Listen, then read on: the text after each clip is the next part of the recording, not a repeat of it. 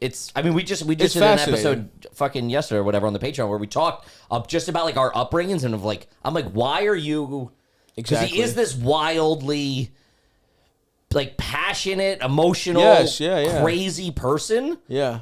And it's just, I'm like, how did you end up like that? And like, we're like polar opposites. And I'm like this realist, like, you know what I mean? And he's this like, he romanticizes everything. Yeah. Like, I'm going to move down to fucking Wilmington, North Carolina, and that's how you're going to make it. Right. Like, what are you doing where you're not doing that? You know what I mean? Well, people clearly your family believed in you when they should not have. Or they at least should have steered you in they should have taken that belief and made it like, and here's what you should do. You'll go to acting class, you'll do this, you'll do that. Or a little bit of direction. Yeah, a little direction. Whereas it sounds like no one believed in you. What do we do? Yeah. When you're like, I want to be a comedian, like, what do you you're like, all right, I guess. I hit it. Like, I was in the closet for 2 years. You know what I mean? Dude, okay, but can we go back to comedy? Hello. Yeah, no, my family's like just wildly blue collar. It's like, you know, it's like Angela's ashes. It's like my mom's one of fucking 9. Irish Catholic. God damn. The patriarch of the family was a Philly cop. It's all like my family's cop, firefighter. A lot of oatmeal. Philly cop in the 60s? In the 50s. What kind of hate crimes do you think he got up to? He just passed. He was a great man, all right? Sweep that tape. I wonder what he was doing during the civil rights riots. He was marching hand in hand. Come on, guys. These guys got real good points. Why don't you just listen to what they have to say, guys? Yeah, man. Philly's a very different spot, so it's like they're all like, I go home and like, dude, I'm just like the liberal pussy from New York. Like, of course. I'll be like walking to, and we'll be at a family party. I'll be like walking to the bathroom, like, yeah, that fucking pussy. And I'm like, what the fuck, man? Like, I have to defend everybody on the left that's ever done anything. Of course. It's like I'm the spokesman. Yeah. That like, dude, like I'll get made fun of if I drink Starbucks because like we're like a hardcore Dunkin'. Right. They're like, you fucking fairy, you're out there drinking your mocha latte. Yeah, like, it's a black coffee, dude. I don't know what you want from me. You know what That's awesome. Yeah. Probably eating Swiss cheese over here. So okay, that makes a lot of sense because your narrative is the one who like escaped type of shit. The one who got the one that was a little different. You know, you are the artsy one in the family. Oh.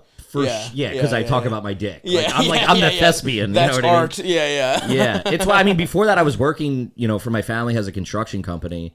Classic. And I was doing that and it was just like fucking, you know, if I think like I would be 450 pounds. I was eating at Wawa 4 times a day, drinking every fucking night. It's all right. And like, oh, it's great, dude. Just eating in my car, just shoving fucking breakfast sandwiches down. You don't gotta tell me. When I was a paralegal, there was a Dunkin' Donuts right next to my you know, shitty job, and it was like, you hit that, you just scarf those little fucked up tater tots down. Dude, they're awesome. You get 2. It's like you can tell it's out of control when it's like, oh well, they only have 5. Why don't I get 2? I'll share. I'll split them with. I'll get some for my friend, or you know what I mean. And it's like, and then by the end of it, it's like you're ordering 2 sandwiches, and dude, I would do this move where it's like, well, I'm not eating the bread off the second one. Sure, yeah. It's not enough egg. It's 1 egg. I know. You know, and then you start with it's just tough. get an egg, and then it's like, well, I'll get a little sausage, and then you just have this and then you're just eating 3 sandwiches and wow, you would do that? That's a sweet move. Oh, it's a good move. See, I like the bread, but I remember crossing that line. When I stepped over that line, I think McDonald's was the first one. It's like, wait, I can get a meal and a couple other burgers. You know what I mean? Like it's not just 1 for 1. No one's checking the bag. That's the go-to. Absolutely. If I'm going to Dunkin' Donuts, I'm getting 2 breakfast sandwiches and 2 bags of fucking. No, I would. That was the thing. I would convince myself that I'm just making 1 heartier sandwich. But once you cross the 2 sandwich ordered Rubicon, it's over. You're in the Matrix, baby. But a lot more people do that than you would think. It's crazy. No, they don't, dude. Most people I talk to don't just get 1 meal. Yeah, Overeaters Anonymous. What do you think? You think that's a selection issue, Foley? You think that's the people you talk to is the issue? You don't have a pure cross-section of the American society. It was a blind study. Most of the other guys at the Big and Tall store. So let me get this straight. You're telling me you also ordered at least 2 sandwiches? I'll take a 5X, please. Dude, I remember for me, I was working as a paralegal in Philly, after I'd stopped working for my family's construction, which ended in like a fist fight, and I'm like, I gotta get out of here. Yeah. But I was eating one of those like carts, like those breakfast carts, like in the street. And Shout out to them. it was when they never a used cart to, guy, they I used will to admit. start making lunch early for the construction workers because the construction start workers at would 5 a.m., yeah. would take their like lunch break at 9 o'clock or whatever. So I realized I could get, dude. I was eating a foot long of sausage and peppers for breakfast. I ordered a sausage and peppers and a coffee That's with extra awesome. sugar, extra cream. Incredible. And I just remember eating that and being like, this is a problem. This is not good. the not breakfast is all right. But yeah. because I went in, Oh, yeah. I shared an office. It was like a tight office with this Russian lady, and she's like, "What smells?" Yeah. It was fucking. I smelled like a food truck. Oh, dude, that is a fucking wild Who's move. drinking hot dog water? It was bad. At 9 dude. a.m. You weren't a 9 a.m. food cart guy in Baltimore? Not really. Because in Philly, because it's so much more of like a walking around city. The food carts are everywhere. Yeah, they're everywhere. Nah, we didn't really. I mean, a little bit downtown, but I didn't really. I didn't work. I never worked downtown. And they used to be rock solid up here. When I lived up here the first time, the fucking hot dog carts were. I mean, you can't even describe it how much better they were. Yeah. Now it all sucks. You think it might be something about you miss your cocaine youth? You think the hot dogs are that much worse now, or do you think maybe? He also does 100%. this thing where he romanticizes a time, Of course. a period where like that's the best thing ever. Yeah, Like he yeah. thinks growing up in the '80s was the greatest thing ever. I go, Right. I'm not saying it's bad, but like you also that's all you know. I You know mean, what the food in New York is slipping. We can all agree Sure, on that. sure. All the sure. all the good diners either closed down. The or, diners are dog shit here. You'd Yeah. think And they especially- used to be good. When man. I moved Dude, here, I used they to was were, be like, they were good. solid. They were Yeah. good when we first. You've been here what 10 years or so? it's 8 years. I mean, but I will say when I first moved here, it was already the beginning of the down. end. Yeah. They Where were I on was their way like, down. I would just go to a random one, being like New York diner, and I was like, this sucks. This kind of Yeah. sucks. Yeah. There was like only a couple good ones, and What happened? Somebody told me they started jacking up the rent, so they had to start using cheaper Shittier. shit. cheaper That makes shit, sense. and yeah, and it's- it costs more. Yeah. It's That's a shitty. bummer. Yeah, because the best diners, it's like it's not in New York City. It's like Long Island. It's like 100%. Oh yeah, Jersey, yeah, it's the yeah. There's surrounding- a couple like deep in Queens that are probably really good, like that Jackson Hole and stuff like that. Jackson's Yeah. not bad. Yep. And in the story, we don't. I mean, they're not really good. You think You know we'd what have, used you to be think we'd good, have a but it good one? closed down is the Mini Star. Mini Star was not that good. You didn't man. think so? No. Oh, I love that place. I'm sorry, man. It was mid. Yeah? I went there hoping like, oh, this is good. The diner in the neighborhood, dog shit. Yeah, Really? it's tough. Yeah. All right, well, thanks for having me. Yeah.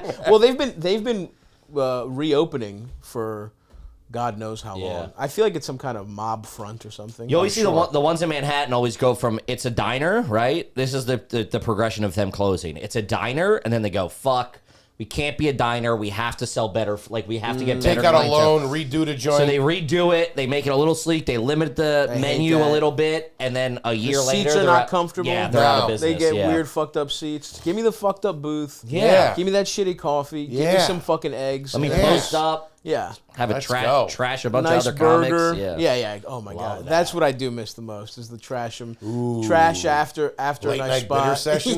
Yeah. I remember One of the worst parts of success is being like, hey, good for that guy. Now Yeah, you know what I mean. I don't give a fuck. Yeah, because you're not emotionally invested Yeah, anymore. yeah.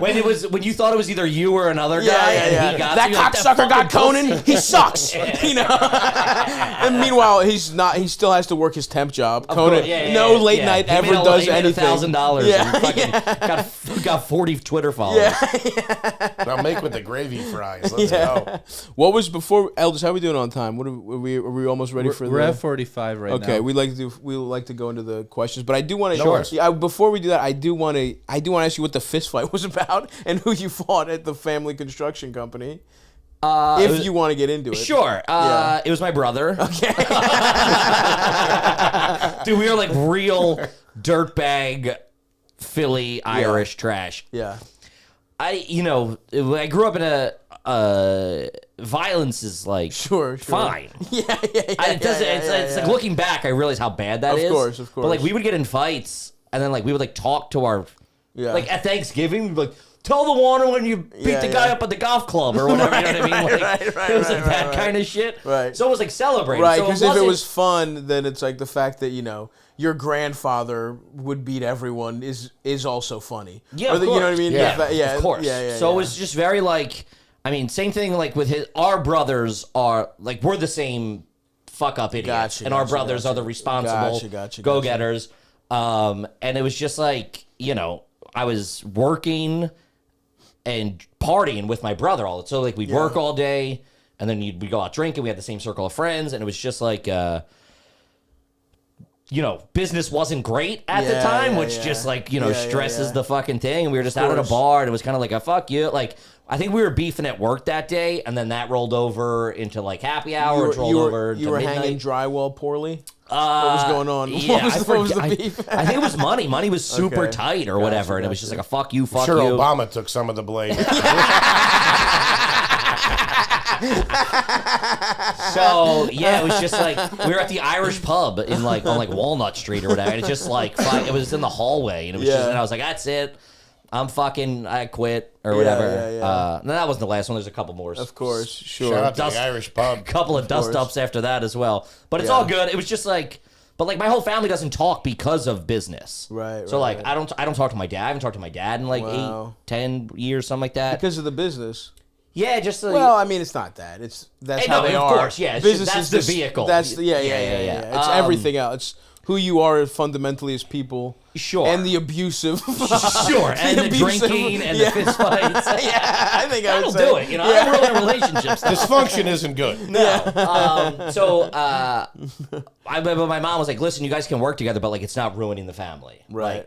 So me and my brother, like we were responsible enough to be like, hey, if it gets there, like should have been like it's going to get there in 18 months. And it got there, and we, you know, I walked away. It was like more his thing anyway. So I left, and then I came to New York. Yeah. And you were a paralegal for. I left his job. I got a paralegal job in Philly, and then I walked in. I had that moment where I walked into my boss's office. I was like, "Hey, man, I'm moving to New York." I'd come up here and done one produced show with Tom Cassidy that the whole audience was my 3 friends. And I was like, "That's it, baby. I got the bug. I'm coming back." Hilarious. And I walked in. I marched in. I'm like, "I quit. I'm moving to New York." And he's like, "You have a job?" I go, "No." He goes, "We have a New York office." Oh wow. So he transferred me up to the New York office. So I got on my feet. I mean, they paid. It was like $11. Hilarious. Yeah. I was I so remember poor. I was working at a paint store, and they were Here in Baltimore, but it was a Sherwin-Williams, and they had like they could transfer you, but it's like, you know, I was making I was supposed to be making $10 an hour. I made $11 an hour because somebody just didn't fill the form out, and I was like, I put 11, and no one checked it. It's a fucking paint store, so I was like, sick. I made $11 an hour in Baltimore. Kid's a go-getter. I was a horrible employee, and I moved here, and I went to my first day, and they're like, all right, just start putting some paint away. I was like, all right, fuck it, whatever. And then they're like, oh, by the way, like, and in my mind, it's like there's a cost of living adjustment. There's something. This was before when I moved here.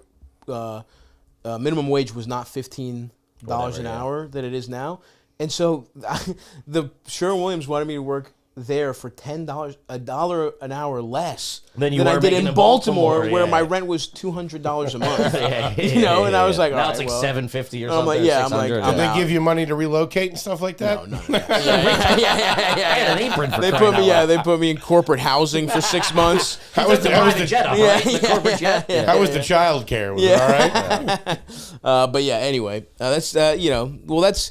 We've only scratched the surface thanks to Foley's hysterical one-man show. No, I love it. I love it. That's great. We'll get more into next time. We'll get more into Kevin's neuroses, but I'm completely normal and well-adjusted. I don't know what you're talking about. You guys are like, I'm chilling. That's what over looking here. in your eyes tells me. I'll fucking hit you right now, Stav.